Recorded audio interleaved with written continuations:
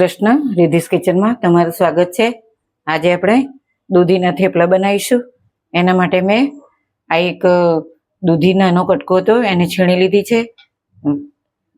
ઘઉંનો લોટ છે ઝીણો, આ ખાંડ છે, લીંબુનો રસ, કોથમીર, આદુ મરચાં લસણની પેસ્ટ, તલ અને આ રૂટિંગ મસાલા છે। હવે આ પેનમાં આપણે નાની 2 ચમચી તેલ નાખ્યું છે। હવે પહેલા દૂધીને આપણે સાંતળી લઈશું એટલે એનું પાણી દૂધીનું હોય એ બળી જાય અને 1-2 સેકન્ડ જ સાંતળવાની છે।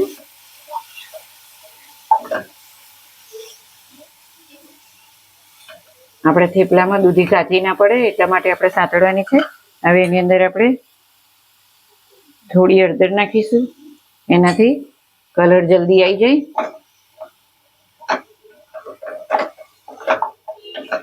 અને ખાલી કાચી પાકી શેકવાની છે એટલે જે એની અંદરનું વધારાનું પાણી હોય એ બળી જાય અને થેપલા પોચા ના પડે, એના માટે દૂધીને આપણે એ કરવાની છે। આ થેપલા તમે ટૂરમાં જાઓ તો પણ લઈ જઈ શકો છો, ચા સાથે, ડિનરમાં, સાંજના જમણો કોઈ પણ ટાઈમે આ થેપલાનો ઉપયોગ કરી શકો છો।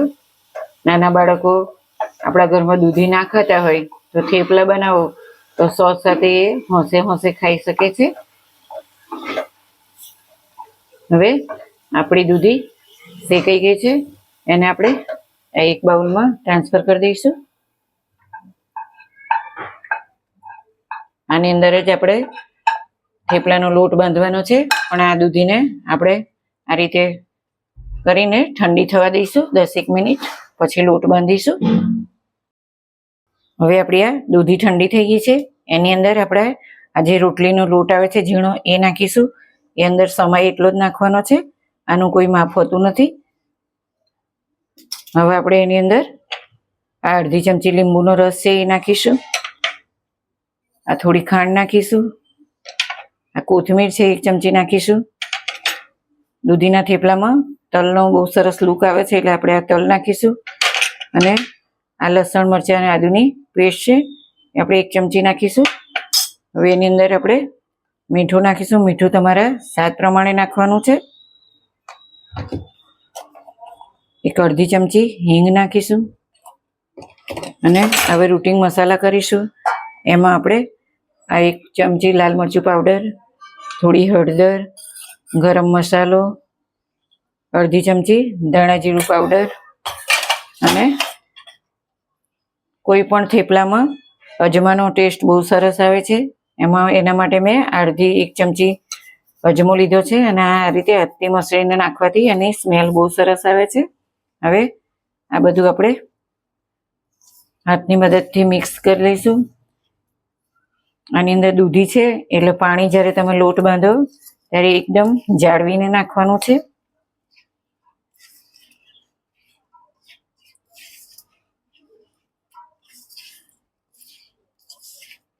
હવે એની અંદર આપણે 2 ચમચી દહીં નાખીશું।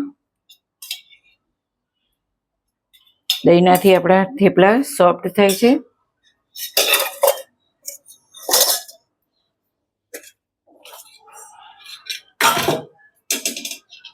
હવે આપણે એની અંદર 1 ચમચી મોવણ નાખીશું। મોવણ નાખવાથી થેપલા પોચા બને છે। હવે બધું આપણે હાથની હથેળીથી આ રીતે મસળી લઈશું। આપણને એવું લાગે કે દૂધી થોડી વધારે છે તો તમે ઝીણો લોટ આપણે જે એનો છે એ નાખી શકીએ છીએ। આપણે એની અંદર થોડો લોટ ઉમેરીશું, 2-3 ચમચી। જો આપણે પાણીની બહુ જરૂર પડી નથી, દૂધી અને દહીં ને મસાલાથી આપણો લોટ બંધાઈ જવાયો છે। 1-2 ચમચીની જ પાણીની જરૂર પડશે। તમે રોટલીનો લોટ હોય, થેપલાનો હોય, ભાખરીનો હોય, કોઈ પણ લોટ તમે આ રીતે મસળવાથી આપણો લોટ એકદમ સ્મૂથ બને છે અને આપણને રોટલી થેપલા વણવામાં તકલીફ નથી પડતી। હવે આપણે આની અંદર થોડું હાથથી પાણીનો છંટકાવ કરીશું એટલે આપણો લોટ એકદમ લીસો બની જાય। જો આ રીતે આંગળીઓની મદદથી આપણે લોટને કેળવવાનો છે. હવે આપણો લોટ બંધાઈ ગયો છે. હવે એની અંદર આપણે થોડું તેલ નાખી અને લોટને કેળવી લઈશું. પછી એને 5-1 મિનિટનો રેસ્ટ આપીશું. તમે કોઈ પણ થેપલા રોટલી બનાવો તો લોટ બાંધીને તરત જ એનો યુઝ નહીં કરવાનો. 5-7 મિનિટનો રેસ્ટ આપવાથી લોટ બધો ફૂલીને સરસ થાય છે. હવે આપણા થેપલાનો લોટ તૈયાર થઈ ગયો છે. એને 5-7 મિનિટનો રેસ્ટ આપીશું. હવે આપણા દૂધીના થેપલાની કણક તૈયાર થઈ ગઈ છે. એને આ રીતે હાથમાં લઈ અને પાટલી પર આ રીતે એક રોલ કરી દઈશું. આમાંથી નાના નાના લુયા પાડીશું. હવે આપણે હાથની મદદથી આપણે એને ગોળ કરી દઈશું. તમારાથી પાટલી પર એમને ના વણાય તો તમે પ્લાસ્ટિકનો યુઝ કરી શકો છો. તમે અટામણ લઈને જ વણવાનું. તો અટામણ લઈને વણવાથી જલ્દી વણાઈ જાય છે. બહુ જાડું નહીં, બહુ પાતળી નહીં, એવું જ થેપલું કરવાનું છે. આપણે આ બાજુ નોનસ્ટિક પેન ગરમ કરવા મૂકી દીધી છે. તમે લોખંડની તવીમાં પણ બનાવી શકો છો.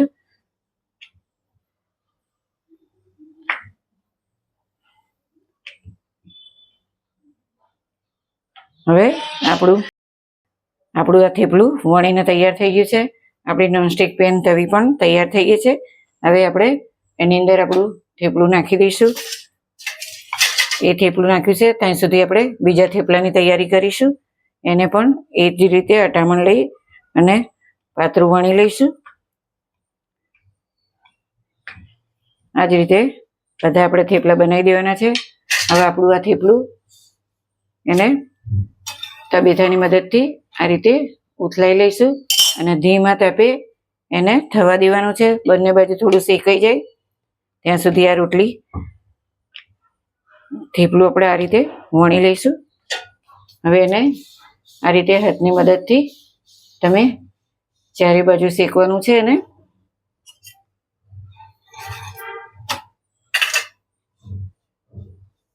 જો હવે આપણું થેપલું ફૂલવા માંડ્યું છે.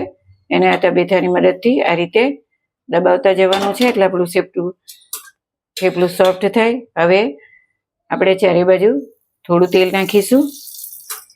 એની ઉપર પણ તેલનું કોટિંગ કરી દઈશું. આ રીતે તમારે ઘી નાખવું હોય તો ઘીથી પણ તમે શેકી શકો છો. હવે આપણે આ તબેથાની મદદથી આપણું થેપલું ફેરવી દઈશું. હવે આ બાજુ પણ એ જ રીતે તેલ લગાવી દઈશું. તમને જોઈએ એ પ્રમાણે તેલ નાખવાનું છે. તમારા બાળકો જે રીતે ખાતા હોય એ રીતે તેલ લગાવવાનું છે. જો હવે એની અંદર આ બદામી કલરની ભાત પડવા લાગી છે એટલે આપણું થેપલું થઈ જવાયું છે. આપણે દૂધીને પહેલાં સાંતળી લીધી છે એટલે શેકવામાં કાચી નહીં રહી. આપણે ખાલી આ લોટ જ શેકવાનો છે. જો આ રીતે મીડિયમ ગેસ રાખવાનો છે અને થેપલું શેકતા જવાનું છે. આ થેપલા ચા સાથે બહુ સરસ લાગે છે. દહીં સાથે, સોસ સાથે, કોઈ પણ સાથે તમે એના ખાવામાં ઉપયોગ કરી શકો છો. નાના બાળકોને લંચ બોક્સમાં પણ ભરી શકો છો. હવે આપણા દૂધીના થેપલા તૈયાર થઈ ગયા છે. તમે તમારા બાળકોને લંચ બોક્સમાં ભરી શકો છો. મેં એને દહીં સાથે પીરસ્યા છે. તમે સોસ, ચા, કોઈ પણ વસ્તુ સાથે થેપલાનો ઉપયોગ કરી શકો છો. તમને અમારા થેપલાની રેસીપી ગમે તો લાઈક કરજો, શેર કરજો અને સબસ્ક્રાઈબ કરજો.